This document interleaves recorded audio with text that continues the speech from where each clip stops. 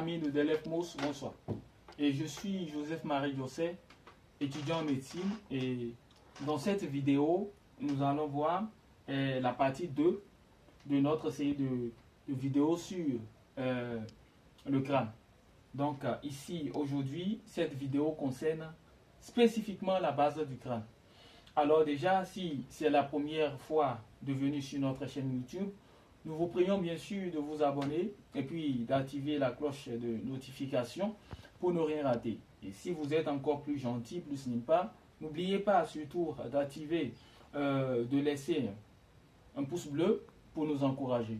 Alors, sans plus tarder, nous allons commencer la vidéo proprement dite juste après cette rubrique.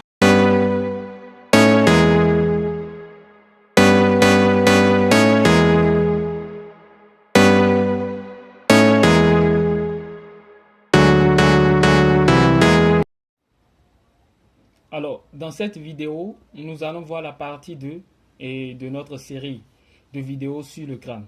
Alors, cette vidéo concerne spécifiquement la base du crâne. Alors, si on prend d'abord, on avait dit que le crâne est formé de deux parties. Donc, on avait parlé de la voûte ici. Et puis, il y a la base du crâne qui est ici. Vous voyez? Alors, ça, c'est le neurocrâne qui est formé de la voûte et puis de la base du crâne. OK. Donc, comme ce qui nous intéresse ici, c'est la base du crâne, on verra ce que c'est que la base du crâne proprement dit. Vous voyez, ça c'est la base du crâne. Ça c'est la base du crâne. C'est la base du crâne et puis leur étage. Donc on a 3 étages et on va expliquer ça de long en large. Alors dans cette vidéo, on verra donc 3 points. Le premier point, on va parler de 3 différences entre la voûte et puis la base du crâne. Donc après avoir parlé des 3 différences entre la voûte et la base du crâne, on va entamer maintenant les limites de chaque étage. Vous voyez, donc on a 3 étages au niveau de la base du crâne. 1, 2, 3. 3 étages antérieurs, postérieurs et puis moyens. On va essayer de parler de leurs limites. Et enfin, on va aborder les foramens. Les foramens qui sont au niveau de chaque étage. Donc, comment retrouver ces foramens-là, comment les garder, tout ça là, on va en parler de ça dans la vidéo. Alors, sans plus tarder, on va commencer la vidéo la vidéo proprement dite, juste après cette rubrique.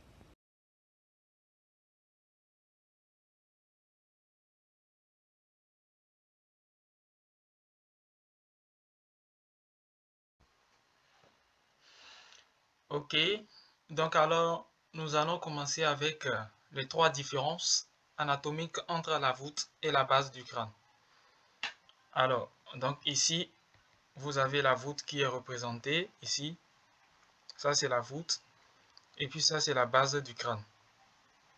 Alors vous voyez bien qu'il y a quelques différences anatomiques qu'on peut tirer de cette représentation. Alors, pour parler de ces différences, on va se baser sur 3 critères. Premièrement, sur la forme, sur l'épaisseur et sur la structure. Donc, regardez bien la voûte. En parlant de la forme, la voûte a une forme arrondie ou convexe, alors que la base du crâne a une forme plus ou moins plane. Alors, après la forme, on va parler de l'épaisseur. Alors, l'épaisseur ici, vous voyez, l'épaisseur de la voûte est plus grande que celle de la base du crâne. On dira donc que la voûte est épaisse, alors que la base du crâne est mince. Alors vous voyez que l'épaisseur de la voûte fait jusqu'à 3 fois l'épaisseur de la base du crâne. Après avoir parlé de l'épaisseur, on va parler de la structure. On va essayer de comparer la structure des deux. Donc, pour la voûte est constituée de 3 couches. Alors, retenez que lorsqu'on parle de la structure d'un organe, Il s'agit juste des différentes couches constitutives de l'organe. Alors, si on prend ici la structure de la voûte, du dehors en dedans, c'est-à-dire de l'extérieur vers l'intérieur, on verra premièrement l'étage et la table externe, le diploé et la table interne. Je reprends la table externe en dehors ici, le diploé au milieu et la table interne. Donc ça, c'est la structure de la voûte. Enfin, si on prend la structure de la base du crâne, on constate que c'est formé de deux lamelles minces et accolées. Deux lamelles minces et accolées. Donc, en récapitulatif, pour récapituler les trois différences anatomiques entre la voûte et la base du crâne, on parlera premièrement de la forme. On dira tout simplement que la voûte est arrondie ou convexe alors que la base du crâne est plus ou moins plane.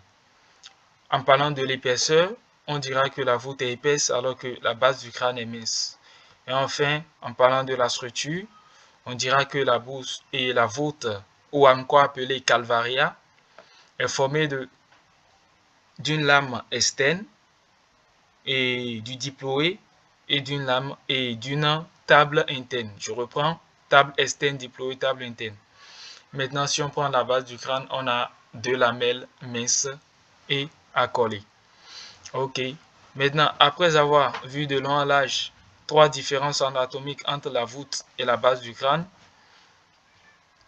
nous allons maintenant continuer avec les étages de la base du crâne.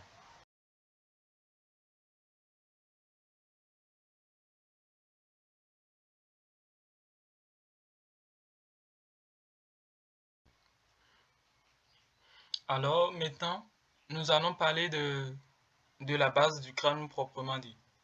Alors, si vous prenez la base du crâne, on avait montré au début de la vidéo. Ici, on va utiliser ce schéma simplifié pour mieux expliquer la base du crâne.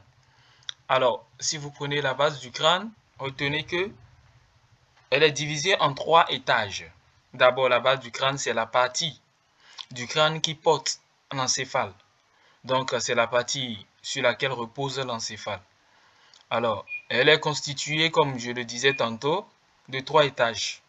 On a ici l'étage antérieur. Après, on a l'étage moyen. Et puis, on a l'étage postérieur.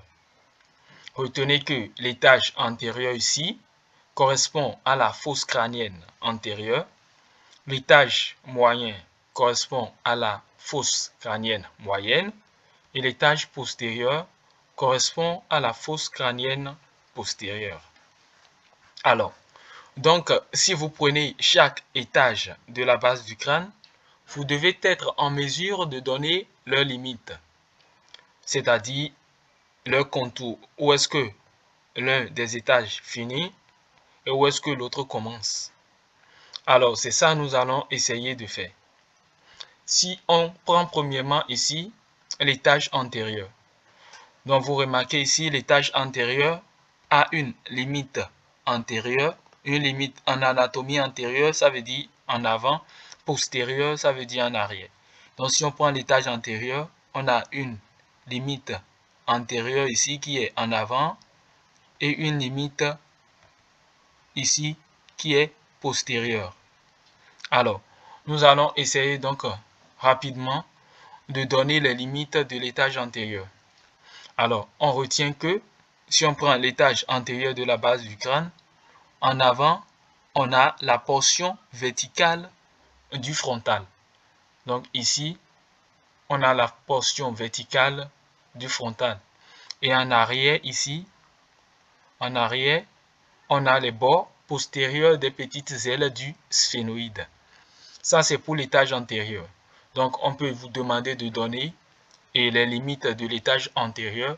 On va parler de, en avant, on a portion verticale du frontal.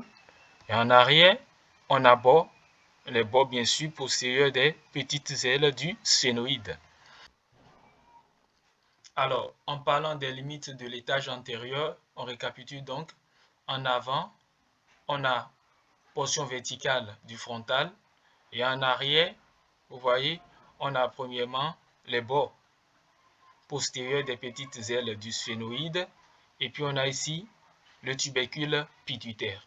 Donc, si on vous demande de donner la limite ou bien les limites de l'étage antérieur, on parlera tout simplement de en avant, on a portion verticale du frontal et en arrière, on a les bords postérieurs des petites ailes du sphénoïde et le tubercule pituitaire.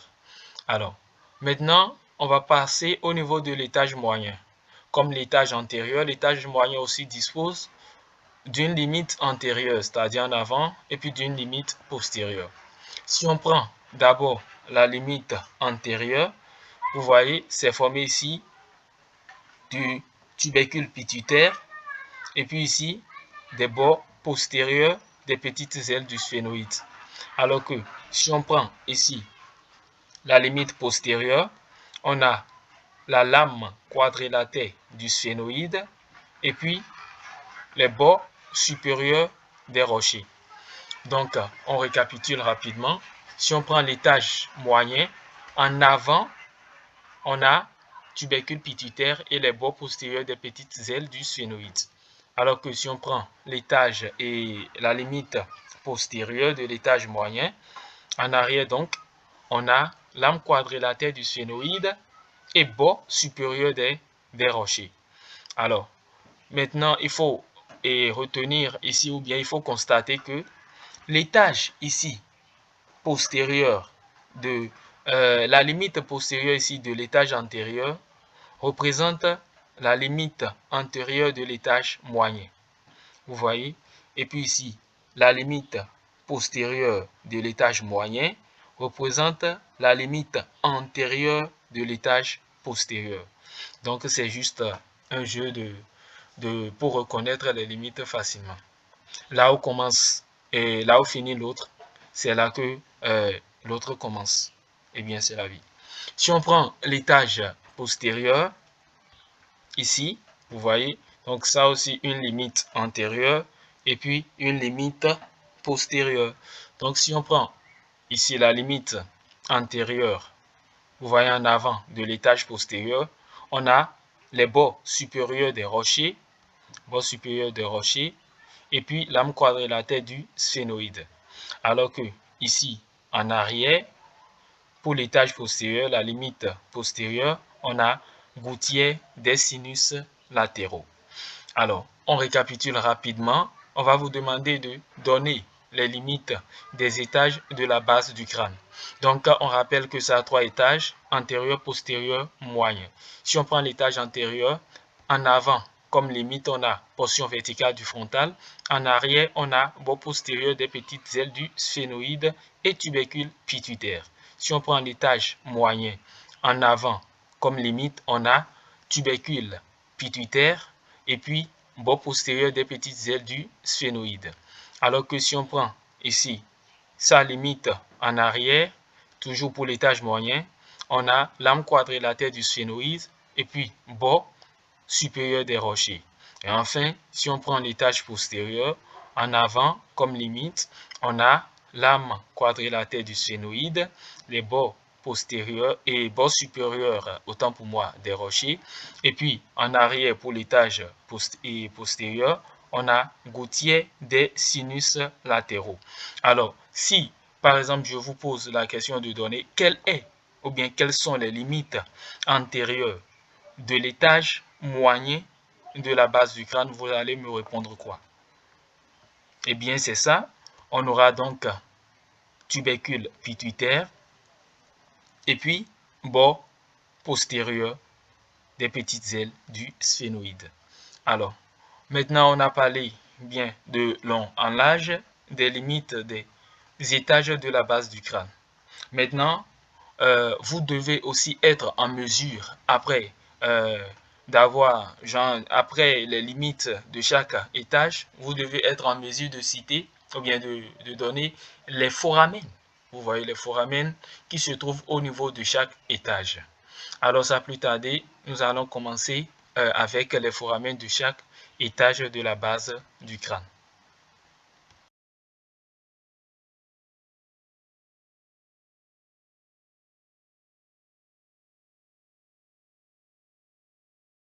Ok, donc en parlant des foramen de la base du crâne, on avait dit que la base du crâne est séparée en 3 étages. Ici, vous avez l'étage antérieur. Alors, ici, vous avez l'étage moyen représenté. Ici, vous avez l'étage postérieur. Donc, vous voyez, c'est une partie de la base du crâne, c'est divisé là en deux. Vous voyez, antérieur, moyen et puis postérieur en arrière. Donc, si on prend d'abord l'étage antérieur, ici, on a des foramen. Donc, l'étage antérieur est troué. Vous avez des trous dedans. Foramen et trous, c'est la même chose. Donc, on a ainsi 4 foramen. On en a plusieurs, mais on va retenir 4 ici. On a foramen optique. Vous avez foramen optique. Vous avez les foramen ethmoïdaux. On a foramen de la lame criblée, ou encore appelé trou bogne. Vous voyez. Et enfin, on a aussi foramen olfatif. Foramen olfatif. Donc, au niveau de l'étage antérieur, retenez tout simplement 4 foramen. Foramen ethmoïdes, les foramen ethmoïdaux. On a trou bogne, trou optique et puis trou olfatif. Au niveau de l'étage moyen maintenant, on va retenir 5 foramen. Donc ici, vous avez fissure orbitaire supérieure, foramen rond, foramen ovale, foramen épineux, et puis vous avez aussi le canal ou bien le foramen carotidien. Donc on peut aussi ajouter le foramen déchiré. Vous voyez, donc ce sont des foramen de l'étage moyen. Et enfin, si on prend l'étage ici, l'étage postérieur, vous voyez ici l'étage postérieur ainsi délimité. On a méate acoustique interne, ou encore appelé port acoustique interne, ou encore appelé conduit auditif interne. Vous voyez, donc autant de noms. Vous avez méate acoustique interne, vous avez foramen jugulaire, vous avez foramen magnum, vous avez aussi les canaux condyliens antérieurs et postérieurs. Donc vous allez constater que j'ai sauté quelques foramen. Donc et ces foramen, j'ai uniquement donc précisé ou bien j'ai uniquement insisté sur les foramen qui nous intéressent. Donc j'en ai parlé de 4 foramen au niveau de l'étage antérieur, 5 au niveau de l'étage moyen et puis 5 au niveau de l'étage postérieur. Donc retenez que le plus grand foramen de la base du crâne, c'est ça ici, le foramen magnum, et ça se trouve au niveau de l'étage postérieur. Alors, après ça, je vais vous faire un petit schéma. Sur le petit schéma, là, vous aurez les résumés, genre un petit résumé qui vous permettra de mieux retenir rapidement les foramen au niveau de chaque étage. Ok.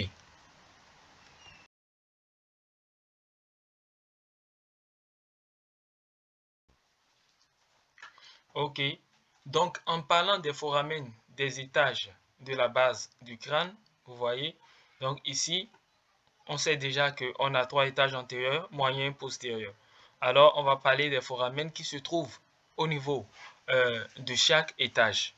Alors, donc, vous avez ici, sur ce schéma, on va dire, ou bien ce qui est ici, que vous voyez là, vous avez les étages, les 3 étages, et puis le foramen.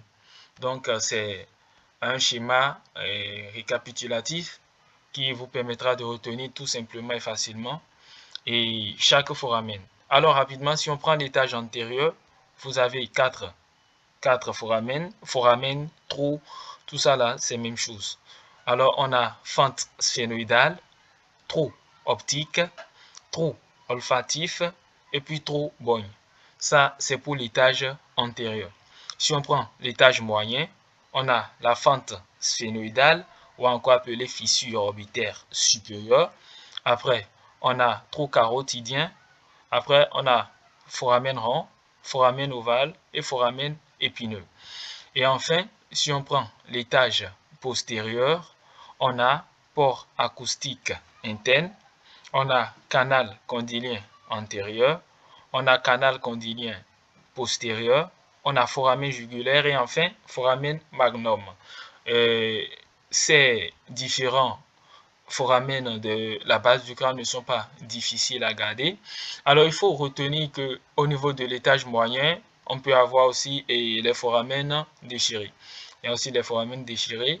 Et l'étage postérieur, on avait parlé du port acoustique interne. C'est encore appelé conduit auditif interne ou méate acoustique interne. Tout ça là, ce sont des synonymes. Alors, donc, pour vite et garder ça, vous allez constater qu'au niveau de l'étage antérieur, on en a 4. Au niveau de l'étage moyen, on en a cité 5. Au niveau de l'étage postérieur aussi 5. Donc, la totalité, ça fait 14 environ. Vous avez 14, 4, 5, 5. Alors, eh bien, c'était tout pour cette vidéo. Et j'espère que vous avez compris le maximum de choses. Nous allons continuer avec la troisième partie de la vidéo qui concerne les nez crâniens et puis leurs fonctions. Donc on a vu le crâne, on a vu tout ce qui concernait le crâne en général, on a vu la base du crâne. On va maintenant parler des nez crâniens dans la prochaine vidéo. Alors surtout, abonnez-vous, activez la cloche de notification pour ne pas rater ces vidéos à venir. Alors, je vous prie de nous suivre, de laisser un pouce bleu pour nous encourager. Alors sur ce, ciao.